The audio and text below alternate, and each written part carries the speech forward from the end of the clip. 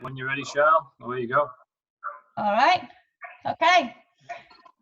Hi, everyone, and welcome to the Northeast Performance Community Coaches Question and Answer session. And this is our first session, so really looking forward to this. My name is Charlotte Welton. I'm one of the two Nova coaches, and I'm here with Stephen Gordon and Simon Trenholm. How are we doing, guys?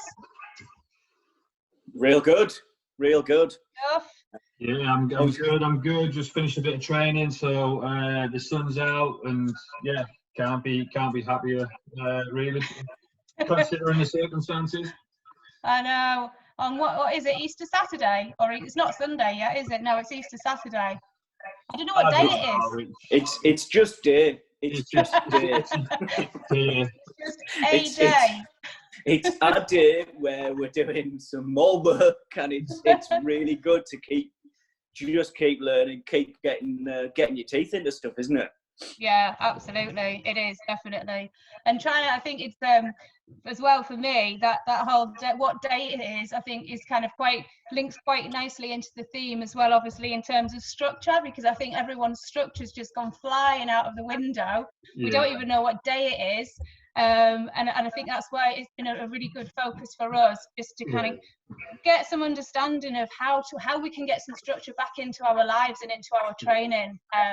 So I think it's a really good theme for us to kick off with as well. Yeah, so with that then, Charles, how have you managed your structure then? Because obviously we were kind of thrown into it quite quickly, weren't we? We were kind of like, oh, the gym looks like we'll probably get another couple of weeks, it'll be fine. Then the 5 o'clock announcement came about, and it was, right, you're shut.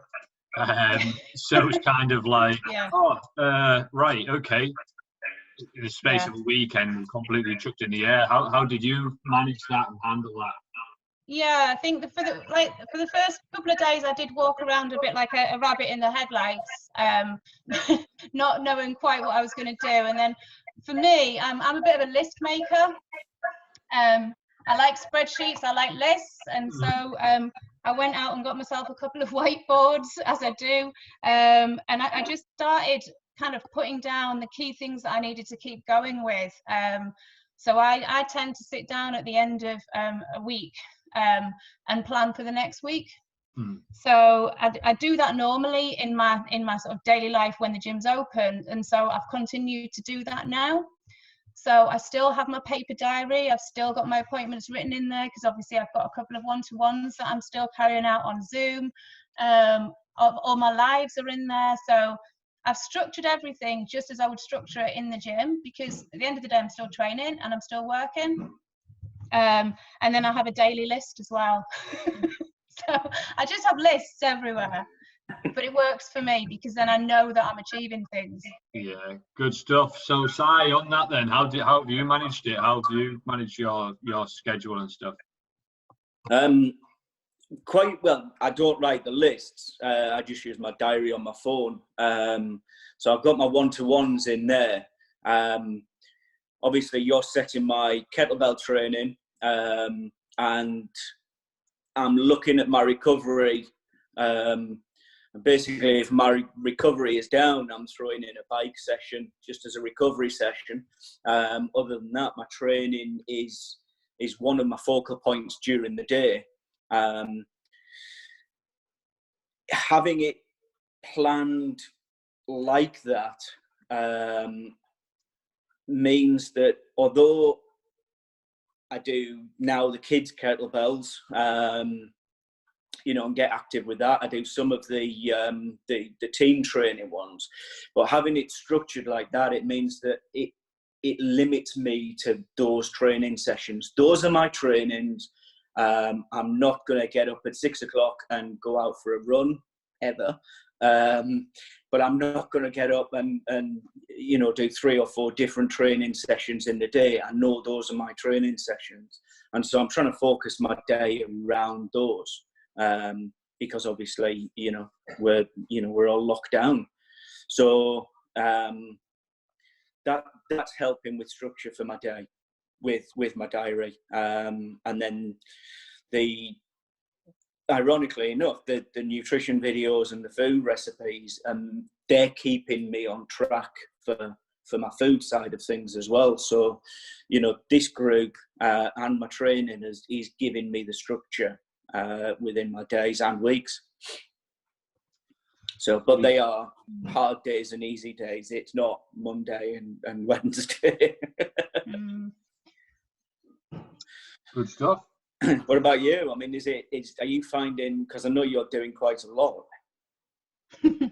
Yeah. Well, yeah, nothing changes, mate, you know. No, so, but you're doing a lot. Yeah. So I've gone from doing a lot to just doing a lot, you know.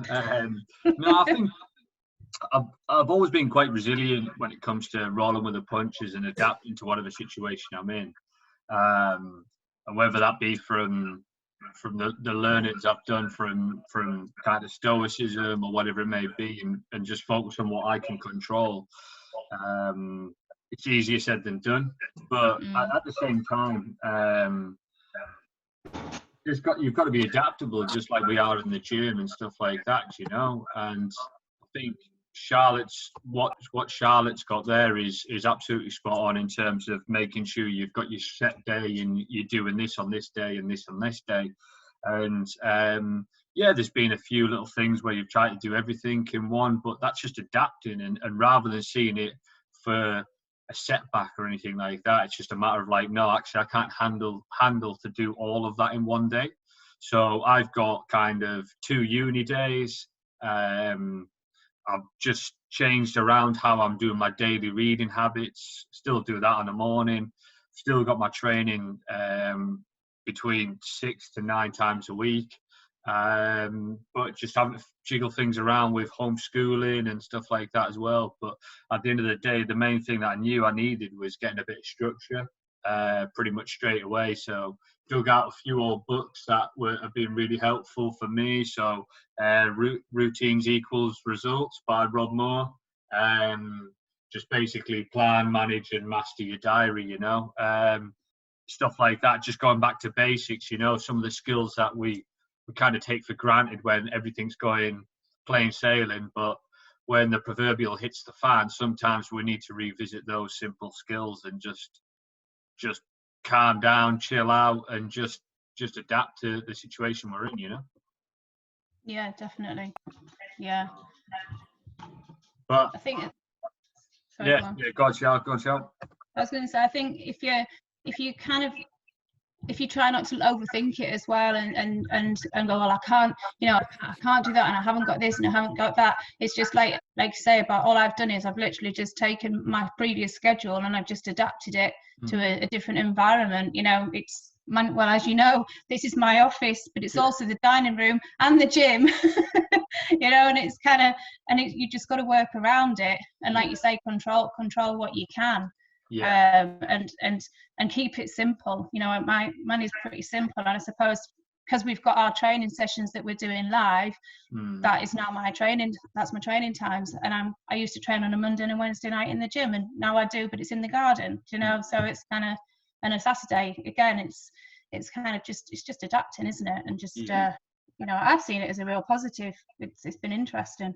Yeah, I think for me it's been a big wake up call in terms of just how much I was kind of swept up in everything, you know, because my life is kind of so busy and kind of 100 miles an hour. It was kind of like this has actually held me back a little bit and forced me to take stock of what's really important, and simple things like, obviously now Nevaeh's at school and Sarah's still at work because she's a teacher and stuff like that. It's adapting and going, right, actually you need to break your day down and just do hour bursts of the work here, there and everywhere and stuff like that, you know. And that was kind of the revelation this week, because it was kind of like, actually the more I spend on my computer, just because I've got all day and I've got more time in the house, it doesn't mean I'm being more productive. Do you know? If anything, by segmenting things down and just saying, no, I'm going to work flat out for 1 hour on my computer between the hours of 9 and 10, and then kind of like 11 till 12, do you know, it gives me enough time just to say, right, I'm working, right, park it, spend some time with Nevaeh, making sure she's doing schoolwork or just doing some physical fitness with her and having a bit of family time and stuff like that. And then just working in those little fits and bursts there and stuff as well. Because one thing I am mindful of is, you know yourself, guys, is you could spend all day being busy and work will never, ever be 100% done. And just because we're locked in the house, you could open your laptop at 7 o'clock in the morning. The work will still be done, still be there, and it'll never be done. And even if you work until 7 o'clock at night and you have one break, you know, but all that'll happen is you'll just burn yourself out. So I think it's really important that we utilize this time to just say, actually, how can we be more effective here? Work smarter. Yeah, how can I be really pushing myself to build new habits, you know? And I think it's an exciting time, although it's a scary time, it's exciting at the same time, you know? Yeah, those definitely. 50-minute hour bursts, though, they're what make you most productive. You've got Nevaeh, I've got Syra, who's wanting to train in the garden. So, you know, the last couple of days, you know, I got into a bit of a funk beginning of kind of this week, over last weekend, and I just got back down to my learning again, you know, with the exercise for older adults stuff, but just again breaking that down into 50-minute chunks, and then go and have a cup of tea in the sun with Syra, or you know, whatever it is, just go and sit in the garden and just listen to the birds, you know, whatever it may be. It's just taking that break to just kind of mentally recharge. You're still thinking, and it's that kind of that downtime where I get some of my better ideas or best ideas anyway. You know, I used to get a lot of some of my good ideas when I was driving. You know, obviously now my car's getting 3 weeks to the gallon. I'm not doing any of the driving anymore.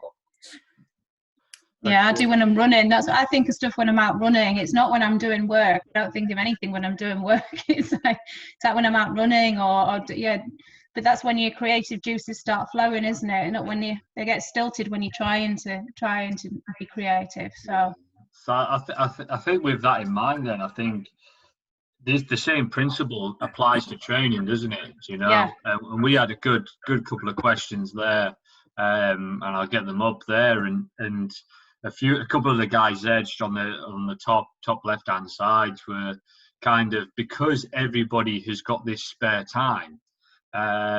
It's kind of like, how can I do more? How can I do more? And it's exactly the same with our work principle. So what's sort of your answer to those, Charlotte? I think want to squeeze in more. I think first of all, my first thing is to be reasonable with yourself. And when you're doing more isn't necessarily always better, but doing better is better. So training smarter rather than harder, and being active. I absolutely think that we've got to be active every single day, but that activity doesn't have to be all out activity. You know, it doesn't have to be, as you know, if you look at the traffic light system, we don't want every day to be a super intense red day. So when everybody's trying to look at, and I must do more, actually let's look at that structure and go, right, okay, how long am I spending every day training? So for example, you know, we've got people who are training sort of 3 or 4 times a day sometimes, and actually, is that really the best way forward? You know, and is that going to get the best results? There's probably a better way to do that. And I think it's about being reasonable with yourself. Just because we've got all this time, it doesn't have to be spent being completely active. There's other ways that you can be active, like the brain can be active with other things, being creative and doing other things. So I think it's about looking at the structure and saying, right, okay, I'm going to work on, say, cardiac output one day will be more of a strength focus, one day is just going to be yoga, and I'm just going to chill out, and and that's going to be a different type of stimulation for the brain and the body. So I think it's actually a question of maybe reining it in rather than rolling more out. That makes sense. Yeah. So specifically, you know, I think specifically when we look at some really good questions from Jilly and from Claire, you know, it's It's maybe actually, let's look at how you can draw that in now. Let's, you know, we've spent 3 weeks nearly now where I suppose we've tried every single thing going. So now let's look at getting some more structure in and look at, like I say, focusing on different days for different types of training. Yeah. And I think one thing that's really, really interesting that a lot of people don't sometimes take into consideration. So if you look at the schedule of an Olympic athlete, they're training, you know, the elite of the elite. These guys kind of, their training sessions are kind of, they do anywhere between 6 to 12 a week. But they have all of the recovery, nutrition protocols, rest protocols, massages, and that's all they have to focus on, you know. But their training is segmented in a way where the body is allowed to recover. The muscles aren't built in the gym. Yeah. You apply the stress to it, but they're actually built in the rest period, you know. And fat burning isn't done necessarily in the gym unless you're an endurance athlete and you're currently 90 minutes into your 2.5 hour marathon. You know, fat burning sessions don't exist in a 30-minute hit session. I'm sorry to burst Sean T's bubble there, but the nature of the beast is people need to realize that you've got to apply some stress, but you've got to allow the body to adapt to that stress. If you just apply stress,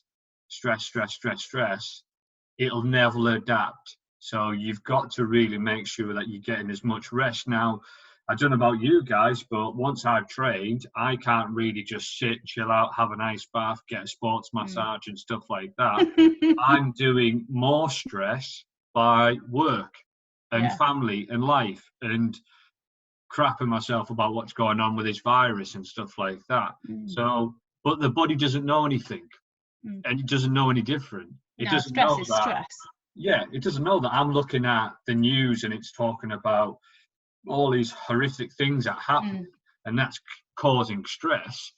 Compared to when I'm jumping around on the floor doing 50 burpees at a time. Stress is stress. It still has the same effect, you know? So exactly. Although we're trying to get positive stress, you know, that's stress, but we don't want the emotional stress, and we've got to be mindful of that. If you're still working, we're still in some scary times, so we've got to take that into account.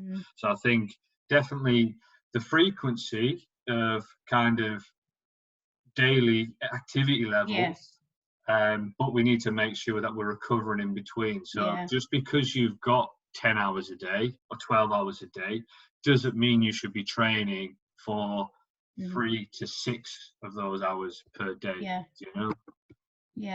It's flipping, isn't it? And it's actually thinking about as an active part of your training. So it's not just thinking, you know, I'll sleep tonight or whatever, you know, and it's a fairly passive thing. It's actually changing that mindset and turning that into something that you actively try and do. That way, people who are wanting to do more and more and more and more and more can actually be thinking, well, I am doing a little bit more because I'm now focusing on my recovery. This is active recovery. So, you know, it may be that long, slow distance stuff. It may be, you know, just actually sitting, meditating, you know, a pre-sleep ritual that's going to work, that's going to make sure that you get proper deep sleep, which is, you know, obviously, you know, as we talked before, it's your recovery sleep. So it's actually flipping that mindset to think this is part of my training, not just something that passively happens.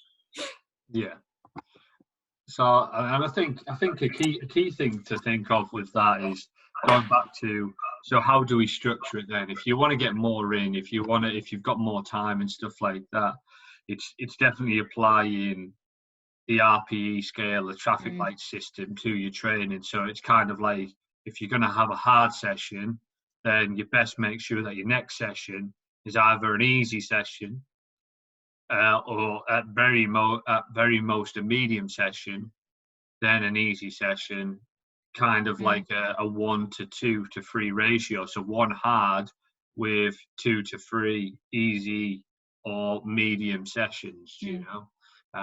Because I think the biggest thing that a lot of people are doing is because all of a sudden we've only got half an hour we're allowed out the house and go and exercise, everybody's turned into a road hog and they just tend to just go in running now. You've got to remember that is just a stress, and when you're running, you need to make sure that you're running at a relatively slow pace, but only doing a couple of hard runs at max a week, because again, don't fall into that orange zone trap, you know. And then there's that understanding, isn't there, of how slow you need to be running, because often if you haven't got a heart rate monitor on, which not everybody does, you think you're actually, I mean, I've done it, you know, you think, oh yeah, this is good, you know, and actually you're not, you're actually kind of in the red sometimes, you know, and it's kind of, you know, so with the running, you do have to be really careful, I think, that doesn't, like you say, push you into not being a recovery and being like a, you know, a tempo training. But yeah, like you say, everyone's becoming a marathon runner at the moment. That's it. And I can understand that, but actually, you know, it doesn't need to be a run. It can even be a, you know, we can still go out and walk the dog, and we can still go out and exercise. So, you know, take advantage of that as being, you know, getting your vitamin D fix that we really need, and getting that fresh air while we still can. And using that as your recovery, like Simon says. So I think the last, just to wrap those couple of questions up, is first and foremost, I think use the schedule, your weekly schedule, and making sure that it fits around you, and then basically just manipulate the effort on each day. So for example, a good little structure to follow, so if you've got a bit of pen and paper now, it's a good little structure to follow. So you kind of have an orange day before you have a hard day. So this is kind of like a 7 to an 8 on the RPE scale. You kind of have an orange day. Then you'll have your hard, push yourself really hard. And then the next day you'll have a green day. Then you'll have an orange day. Then you might have another orange day. You don't need to have a red day again. Some clients of mine just generally have one hard day a week, you know, and the rest are made up with greens and oranges, because that's what gets results, you know. So I think that's a really good structure to think about, is just plan your sessions and look at it and just go, right, okay, well, I'm doing strength on Monday, Wednesday, Friday, or I'm training quite tough with these. We'll scale that back a bit, you know. Sunday, do a bit of an orange run or whatever it may be, do a hard one, and then do a recovery one on a Tuesday and a Thursday. Doesn't need to be difficult, but also be mindful of the type of training that you're doing. So if you're doing strength, don't try and go out for a run later in the day. I very, very most give it more than 6 hours, because generally what happens is when you try and build strength and build muscle and lean tissue, you release a chemical within the body, which is motor 1, which is then just being able to like build that tissue up.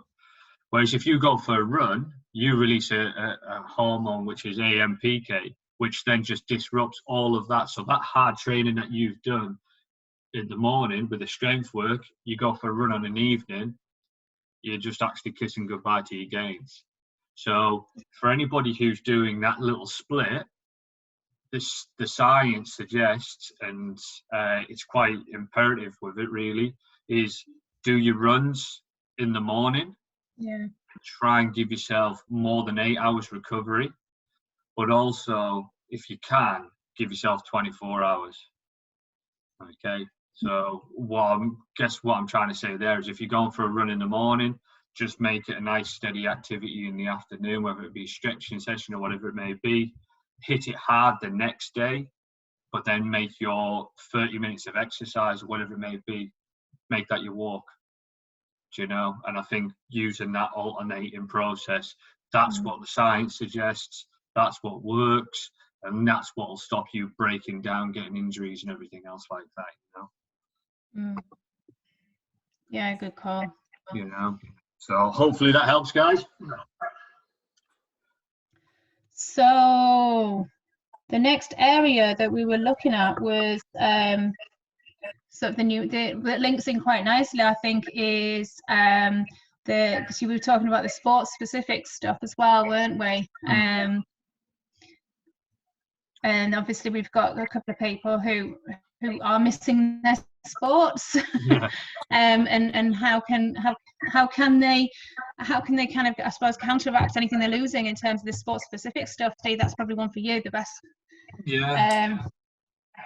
So with that, basically with any sport that you do, there's an adaptation, and you'll follow the said principle. So that's specific adaptation to impose demands. So basically, the more you play that sport, the more your body will adapt and be able to get match fitness, game fitness, sport-specific fitness. So replicating that at home is really difficult, especially if you play a team sport. So I know Steph obviously plays basketball. That's going to be really difficult to replicate that. So yes, it's very easy to feel disheartened because you don't feel sport-specific fit, but that doesn't mean you can't then improve in other areas, which allow the rebound effect when you go back onto the court, not to be not so sharp, but also to get your gains back a lot quicker. So what I recommend for people who are looking, all right, how do I maintain that sport-specific fitness? Look at what physical qualities do you need in that sport. So Steph plays basketball. I'll use Steph as an example. Steph plays basketball. So the best thing for her is going to be having a jump protocol within her training program. So she can work on being really reactive, and her ankles, hips and knees aren't going to take a battering as soon as she goes onto the court. First and foremost, that would be it. She doesn't like running. That's a given. But last time I checked, basketball players do generally run a little bit, you know, whether it be up and down on the court. So what I recommend for people who don't like continuous steady state running, and I think that's the difference here, is they can use something called an MAS protocol. Now, this is really, really simple. So they'll do a 2K run as fast as they can, okay, a time trial or whatever it may be. And then you can work out how many meters per second you are covering. And then there's a really, really nice program that takes into account MAS training. You don't need a lot of space in there. You can have 10 meters. So that's could be a garden, or it could be in the front street, or whatever it may be, or a park space when you're going out and doing your exercise. And basically you're building up your maximum aerobic speed. Now, Dan Baker's done a lot of stuff for this, and it's great for people who play rugby, NRL, any sort of team sports. That's perfect. So if you don't like running, I'd recommend going onto a maximum aerobic speed type component, because basically what that's going to do is going to keep your short, sharp, explosive speed that you need within a game. That's going to keep that quite sharp, and actually it'll probably allow you to develop a bigger base than what you had previously. Okay, and that'd be my biggest recommendations with that. So basically, just to reiterate, look at what the sport needs. So if we're looking at basketball here, implement a jumps program, so you can actually work on your vertical jump and your broad jump, so you can work on strengthening those hips, knees and ankles, that connective tissue. And then look at the energy systems that your sport requires. And then if you don't like running continuously, then jump on a MAS program, which is a lot more interval based, but it's not max effort. That's the key thing about maximal aerobic speed. It's not like just run as fast as you can for 30 seconds. It doesn't work like that. It works on specifically how many meters you can cover within that 2K test, and that's kind of the main things there. So if you're struggling with your sport, then I'd recommend really trying to find out what energy systems. But if anybody struggles with that, you feel free to reach out to me, and I'm more than happy to dig into the science and the data with that, you know. Yeah, because then she'll probably as well, for Steph, will want to understand how she can then link that in, because she's doing quite a lot as well. I think in terms of the training a week, she's doing the kettlebell sessions, she's trying to do the Saturday mornings, and she's also trying to fit in a couple of others on top. So again, it's going to be for her is knowing which days to do that on, isn't it? And making sure that because obviously she's working as well, and got the kids to consider. So it's again, for those who are doing sports, it's another dynamic for them, isn't it? You know, and go into the full week of training to think about. That's it. And I think that's where people have got to be really careful when they come into a sport. They're making sure that the physical qualities and the training that they're doing is just, that's where the intensity is, and that's where the focus is, rather than just trying to become all good at absolutely everything. Recognize where your weaknesses and your flaws are, link them back to your sport, and then just try and focus on developing those physical qualities. Use this as a time to possibly build on lower body strength, you know, build your cardio base, build your engine, your work capacity, build your vertical jump height, and use this time wisely, rather than just thinking, right, I'm like a kid in a sweet shop, pick and mix every time I'm on Facebook, so-and-so's workout, strength, speed, you know, fat burning, all this kind of, so much choices out there, which is great, but actually you just need to focus on what's going to help you get closer to your goals and not detract away from it. Yeah. And you can relate that to also to the others, to obviously, I know, you know, Claire and Danielle and people who Claire wants to desperately hold on to her cardio, you know, and she will, you know, she's not going to lose that in lockdown with everything that she's doing. And it's kind of just knowing that, really, and having the confidence to know that actually you won't desperately have to cling on to it, because you will keep hold of it, because the types of training that you're doing, you know, and I think everybody can look at that actually and go, actually, well, what do I need to focus on? Where are my weaknesses in general fitness? You know, is it my strength? Is it my cardio? And actually you can still work on that even though we're not in the gym. Yeah. And again, it goes back to the SAID principle, you know, your body will adapt to whatever demands you put on it. Absolutely. This is why you've got to test. You've got to do your fitness testing. I mean, we're not just putting it up there for giggles, you know. It's a matter of, we're putting it up there so you can have an understanding of where your strengths and your weaknesses lie. Now, I'm sorry to burst everybody's bubble, but you're not going to be able to run a half marathon while looking like Arnold Schwarzenegger or somebody off a suit model, whilst being able to win World's Strongest Man, whilst being the world champion kettlebell lifter, as well as winning a Nobel Peace Prize. That generally isn't going to happen. You know, you need to try and find out what your goals are. What are you trying to do? And then you can try and figure out the training is there and stuff as well. Yeah. And I know reverse engineer. Yeah, that's it, you know. But people will go, oh yeah, I want to get stronger, but I'm also I also want to lose a bit of weight, and I really want to get my fitness up as well. So, you know, and you just take one. Yeah. To break it down, because chances are it'll feed into the other one anyway. Yeah, of course. Well, that's good stuff. Hopefully we've answered that, guys. Yeah. Anything else to cover on those ones at all? Are we done on that one? I think that's pretty much it, and I think it'll just lead into kind of the nutrition side of things there, really, you know. So over to Simon. Yeah, over to Simon. Let's look at the nutrition side of that, because funnily enough, this will have a big impact, because when what are people trying to achieve when they want to do more? It's generally weight loss, isn't it, Si? But funnily enough, you can't exercise loads and eat what you want, can you? That's where you're going to burst that bubble, isn't it? Yeah. Sorry, guys. I mean, there's a couple of questions really. Lee's sort of back at work and struggling to do the basics, and then Nicola again is kind of looking at that healthy eating. I mean, when I've worked your macros out today, obviously we've looked at your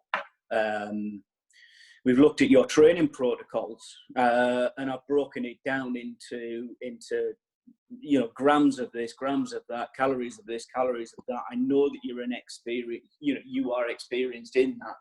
That's the kind of level that you wanted to dig to, and that's the kind of control that you wanted to have. I think with most people, you know, your portion control is, you know, how many pictures do I post with pictures of my hands, because they're just the easiest thing. Charlotte, you do it. I think everybody just, you know, goes with the PN hand portions as a baseline, because it's so easy, and they are the sort of the intrinsic building blocks. You know, we always say in terms of our training, you know, if you want to build a tall pyramid, you've got to have a wide base, and it's the same with your nutrition. You've got to have the basics in place before you start supplementing, before you start, you know, cycling your calories, cycling your carbohydrates. If you haven't really got your basics in place, then, you know, the other things are kind of superfluous. They're not going to have the same effect. That said, if you've got your basics in place, and you know that you know, you've got a really hard red day, then fuel it by putting more carbohydrates in, less fats, because we want to keep those calories in control. If you know you've got a recovery day in where you're not going to be using all of those carbs to fuel your training, that's a great time to actually utilize the recovery and supplement your recovery by hitting your omega-3s, hitting your healthy fats, because those are the things that are going to reduce the inflammation in your body and help you speed up the recovery. So, I mean, that's getting quite, you know, if you're short on time, it's really difficult to then start thinking, right, okay, well, I'm on a rest day. I now don't eat carbohydrates, all right, I limit my carbohydrates, and I've now got to start eating oily fish. Well, I haven't got any salmon in the freezer, and it's just another stress. So I think, as I say, get the basics in place. So, I mean, looking at kind of Lee's question there, difficult to eat properly for training. He's doing a couple of bell sessions. He's trying to get a couple of runs in, and then he's obviously doing his Saturday morning as well, I believe. As you alluded to earlier, Steve, you know, your body will run 20 miles on stored energy sources. And it really depends on what you're wanting to get out of your 3-mile run.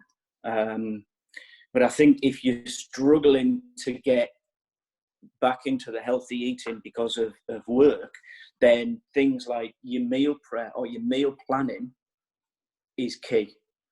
The slow cooker is your best friend, and also being able to just throw a casserole type protein source in the oven, which will take an hour and a quarter, because you can get that prepped, throw it in the oven, and then go and train, and then you've got something to come out to. You're not thinking, right, okay, I've got to train, and then I've got a really kind of cooker-intensive, labour-intensive meal that I want to prepare tonight. Don't do it. Don't add to that stress. So get your slow cooker out, guys, and make sure that you're getting good protein in your slow cooker, because then you can grab microwave frozen veg. These things are frozen at the point of freshness when the vitamins are the highest anyway. So they're the next best thing to fresh veg. They're easy. They take, 2 minutes in the microwave. So if you've got your slow cooker protein, you've got your Uncle Ben's or any other generic bag of grains or rice, which takes 2 minutes in the microwave. And then you've got your frozen veg, which takes 2 minutes in the microwave. You can put together a post-training meal in under 10 minutes. And that's well within your anabolic window. which I'm not even going to go into. Yeah, so I think the key thing to look at there then is if you're finding it difficult to get good quality meals in, it's about prepping, isn't it? So I think Lee's isn't about what he should be eating to a certain extent, because he knows what he should be eating. Everybody knows what they should be eating, but he just needs to dig the old Tupperware tub out, start prepping his meals. That's the first thing, rather than trying to change everything in one go. I think it's just get the Tupperware tubs out, start prepping your meals for work, and then once you've cracked that, then try and change it up. Because if you prep your meal for one meal for the next day, but yet the next day after that you're going to a Ginster's pasty and a sausage roll and a sandwich and whatever, you're not building that good habit. So what's the point of trying to change anything else if you can't even prep your meals on time, you know? So I think that's the main thing for that one, you know. The thing is, absolutely, as well, sorry, Sam, I was just going to say you need to, I think as well, is there isn't an easy way around it. That prep will initially it's going to take a little bit of thought and planning, but just keep it dead simple. Like Simon said, it doesn't. If you don't have a slow cooker, you can bung it in the oven as well. Do you know, it's like you don't need to have a slow cooker, but just bung it all in a tray and just keep it super simple. And what I tend to do is I tend to always cook too much, because then I'm sorted. Do you know, I'm sorted for the next 2 or 3 days. So I always just try and go, right, if I'm steaming a load of veg, I'll steam too much and then I'll have that for my lunch the next day. So I'm always a day ahead. So just try and, don't overcomplicate it. Yeah, definitely. Keep it simple. Because you're stressed enough as it is. You don't need the addition of that on top. I mean, one of my clients is struggling with sort of boredom eating as well. He's stopping work, having a cup of coffee and thinking he automatically should be having a biscuit. I think the other thing to be doing is having conversations with your head. We all talk to ourselves, am I really hungry? Is a question that you can ask yourself. Or am I just bored? Or do I think I need to be eating?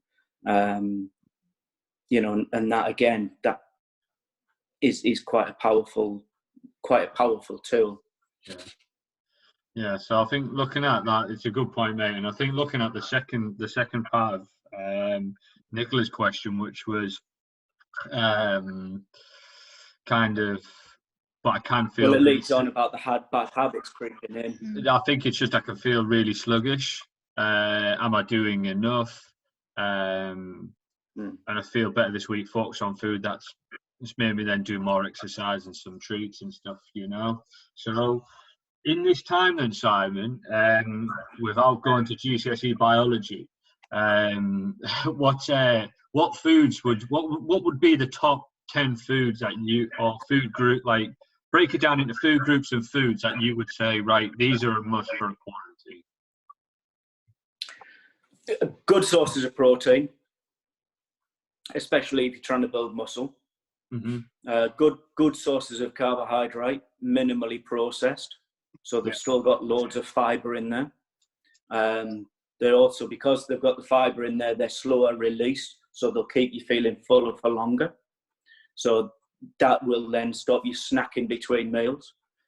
Eat the rainbow, because obviously different colours of veggies have different things in them.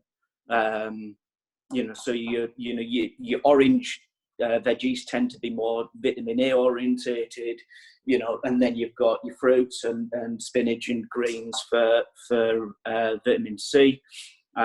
Anything that's green has got iron in it. So it's just a case of eat the rainbow, because you're then getting a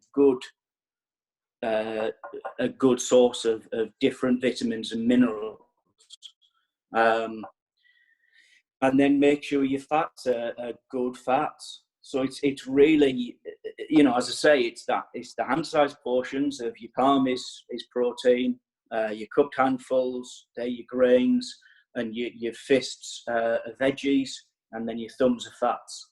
And it's really making sure that you can get the best quality, minimally processed foods into you, which will keep you fuller, stop you snacking, and just generally make you feel better. And the increase in fibre is going to stop that sluggish feeling as well. Right, mate. I'm just about to go to Aldi or Lidl it's full of absolute idiots who don't know what social distance is, and I don't want to say that, probably because they're not clever enough to understand what 2 meters is. But there you go. So I've got a basket. Tell me what I should put in that basket. Just tell me what I need to buy. So get down the veggies aisle, get your broccoli, your spinach, your asparagus, chuck in some citrus fruits, chuck in some apples, onions, garlic, ginger. You'll get it all down the veggies aisle. And believe it or not, the veggie aisle is always rammed full of veggies. Get your fresh tomatoes in there, be it the little kiddie ones, which are all different colours, or the big vine ripened ones. You know, just get, as I say, as many different fruit and veg as you can. You're going straight into your protein aisle, because that's behind the veggies. And one side you've got chicken, one side you've got fish. Get some oily fish in there, go behind there, and you've got your smoked mackerel, your smoked salmon, and then you're going into your dairy, hit your quark. If you want some cheese as a treat, get some cheese as a treat. If you like your goat's cheese, you'll find that in there. Straight across, ignore all of the juices. Personally, I would say that. As I say, you've got your protein yogurts, grab some milk, and then come back out down the frozen veggies aisle. And your frozen veggies, or if your fresh veg run out, or if you're quarantined, just make sure you've got a good selection of those. Don't go down the alcohol aisle, turn left, go down the coffee and tea aisle, and pick yourself up some honey and some nut butters, which are down there on the left-hand side. And if you've run out of coffee, make sure you call in on the right-hand side. And then, oddly enough, you're straight into checkout number 4. We're in Lidl, aren't we? We are in Lidl. Mate, that's spot on, because I the reason why I sort of set you up to say that is because we went shopping today, and I don't know about you guys, but shopping at the moment is probably the most anxious, stressful thing ever in the world. Rightly so, you know. So I think just giving people that, right, just do this, go there, pay, get out, get rid of the anxiety, get rid of the stress, be away from people as quick as you possibly can. I think that's really important, you know. You've just written your shopping list, haven't you? Yeah, I did it yesterday. Only yesterday I was shopping for other people as well. And I was just about to go to checkout number 4 when a text arrived going, "Oh, can you get me some of this and some of this and some of this?" So I then had to go back out and all the way around again, which was quite frustrating. Cheers for that, Si. No worries, that's absolutely spot on, mate. And I think I don't like, so that'll probably lead us on to our next question, which is kind of what to focus on, you know. What would you say there, Charles, in terms of getting focused? What should you focus on at this moment in time? Because as we alluded to before, everybody wants everything, but if people are struggling to focus, what would you say to that person? So in terms of, we're talking in terms of training or nutrition now? With Tristan. Yeah, so I think with Tristan, obviously he's used to being in that Monday, Wednesday, Friday, 6 a.m. slot.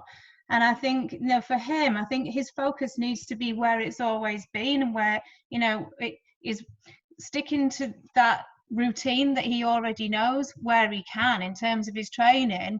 He's got a program there to follow, which will give him that focus, you know. And I think for him as well, it's kind of, because I know he said he's got his no limits, and he's trying to do that, plus bells, plus I think, was it something else as well, 3 times a week? I can't quite see the and then also trying to run as well.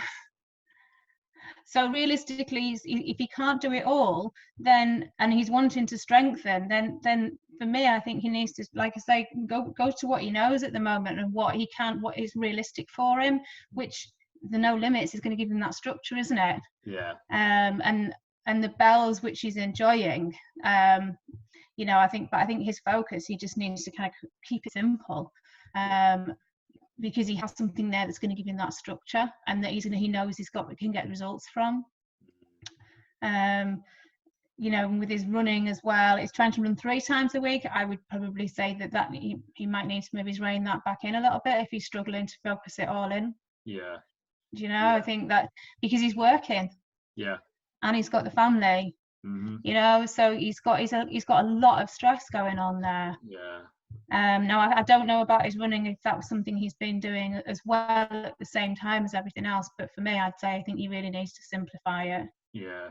So I think for me, looking at that, and I totally agree in terms of that. So I think it's kind of, he's got the perfect recipe really, hasn't he? So he's kind of got 2 strength sessions. So that's going to give him, maintain his strength, his legs and ankles and calves for when he's able to get out running.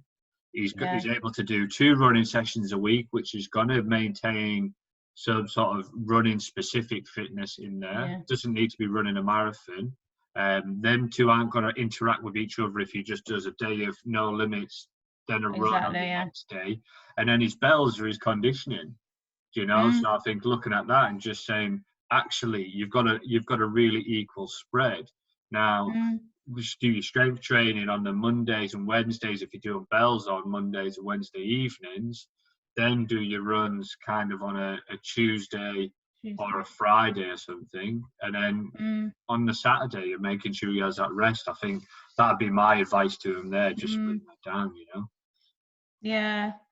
Because if he's trying to run 3 times and not quite making it, then just, you know, knock one of those on the head and focus on his recovery. Exactly. Yeah. It's doing what you can recover from, isn't it? Because if you're not recovering, you're on that downward spiral, which leads to injury. You know, we've all been there. Yeah, definitely. Yeah. Yeah. And I think within all of this, I think because of the community, we've brought everybody together. I think what a lot of people are doing is looking at, oh, so-and-so's doing this session again, and they've commented on this session again. So I think some people are ending up comparing themselves. Oh, well, I'm not doing as much as what she's doing. And that ends up really demotivating. And it's kind of like, well, I thought I was doing really well, but I'm actually doing rubbish if I'm not doing as many sessions there. So obviously with that, what in terms of comparison, Charles, I'm sure you've had it, and I know I've had it, and I'll go back to mine. I'm sure Simon's had it as well. But what's your advice to anybody who's fallen into the comparison trap of comparing themselves to others? Yeah, I think, well, for me personally, and I have done it as well, I think it's you know, it's quite easy to say it, but it is more difficult to do it. Is you need to be looking at yourself and looking at what you're doing, because you don't know what is going on in someone else's life. You don't know what else they're doing. You don't know, you know, everyone is unique and individual, and we all have our own stuff going on. And I used to do it all the time, and I'd look at other people, especially in the roles that we're in, you know, and I'd think, well, I should be doing more, and I should look like this, and I should be going. And actually, there's no should. You need to get rid of the should and what you should be doing. You know, there isn't that doesn't exist. And if you're going to compare yourself to anyone, compare yourself to yourself, and, you know, and look at what you are doing, not what you're not doing. Yeah. You know, it's easier said than done, and I totally appreciate that. And I think we all fall into it, you know, more than we probably like to admit, you know. But I think when we're surrounded by people telling us, well, you need to do this and you should be doing that, you know, and for women, we really feel that, you know, and it's kind of actually get rid of the shoulds. Just look at what you're doing and look at what you have done, not what you haven't done. I think, you know, Rachel said it this morning. She said, I've missed Saturday. I've missed the Saturday morning session, and now I feel really guilty. And it's like, well, it doesn't matter. It's one session. you've trained Monday to Friday. There's a reason that you missed the session this morning. It's probably because you shattered and you needed to sleep, and that's absolutely fine. It's not, it's really not a problem. And just be more reasonable with yourself, in a nutshell. Di, do you want to add something to that, mate? No, really, I think that's really, you can't add anything to that. You are the individual. And yes, we've all been in the situation where, you look at somebody else and you think they've done a session that I haven't done. That's not taking into account the fact that you've, just done an hour on the bike, or you've had a really, like a red kettlebell session that you've got through at 10 o'clock. You always kind of, I think it's just human nature that you compare yourself with other people. And as Charlotte says, your only comparison is, where was I 3 years ago? Where am I now? Where was I 6 months ago? Where was I now? Actually, where am I now? Where do I want to get to? And importantly, what's my pathway to get to where I want to get to? Because I don't want to be at the same place as that person. Yeah, I'm taking their pathway, and I don't want to go there. I want to go where I want to go. And it's just sort of winding it back and just having that almost confidence, to say, no, this is what I'm doing and this is why I'm doing it. So I think at the moment as well, I think there might be sometimes a bit of that, because we're desperate in a way for that social interaction as well. And I think sometimes it's kind of like, well, I didn't do that session, and it's almost like that kind of, well, I've missed out, and it's that I've missed out on an interaction, and I've missed out on something there as well, which is probably heightened at the moment because we're so isolated. So sometimes I think there's a bit of a FOMO going on as well. It's like we want to just get involved in everything because I'm not doing anything else. So I think there might be an element of that going on as well at times. Yeah, definitely. I think for me, listen, you deep down, if you're working hard enough on what you're trying to achieve. So I think what you were saying there, we need to drop the shoulds, Charlotte. I agree, but sometimes I'd add the caveat of we need to change those shoulds into must. Like, I should be eat healthy. No, you must eat healthy. I should be getting 8 hours of sleep a night. No, I must. You need to change that. I should. If it's something that's really important to you, I think then you need to change your shoulds into your musts. Yeah. I think I was talking about when other people say you should be doing this or you should be doing that. Why aren't you doing that session? You should train glutes today, or you should do this. It's like, but whereas, but I totally agree. If it's actually, you must, definitely when it comes to self-care and training, it must. But I think it's more the shoulds that other people put on you that I was kind of relating. No, totally agree. And I think it always comes back with yourself, And I think, like I say, it's so easy to fall in the comparison chat, but you again, like what I said right at the top of the show, is focus on what you can control, and that's your actions. And you're the one, if you feel like you're in someone else's shadow, you've put yourself there. You decide what you put in your mouth. If you're not losing the weight that you feel like you should be losing, then ultimately it's something that you need to take responsibility for. And it's always a fine line with that. But I think at this moment in time, the comparison trap of looking at other people and what they're doing, and I should be doing this, should be doing that, will get you nowhere, because at the end of the day, you can't focus on what you control. I've just finished training. I did a 24 kilo 12-minute snatch set, changed hands as many times as I want with a 24, did 237 reps. Go onto Facebook, look in the group, my coach did 12 minutes, one hand change with a 32, 250 reps. So who feels crap now? You know, but I choose how I react to that. Yeah. I can either go, oh well, I'm rubbish because I can't do that, or I go, that's awesome, that's inspirational. Yeah. I want to try and get to that. You know, I control that. No one else does. You know. But it almost and just taking up on the point of that FOMO, that fear of missing out, and the social element of it. You know, there's been a couple of times this week where I dialed into the team training because I've already trained, and I've just basically been there trying to encourage the rest of the team to get through their sets. You know, you get that social interaction.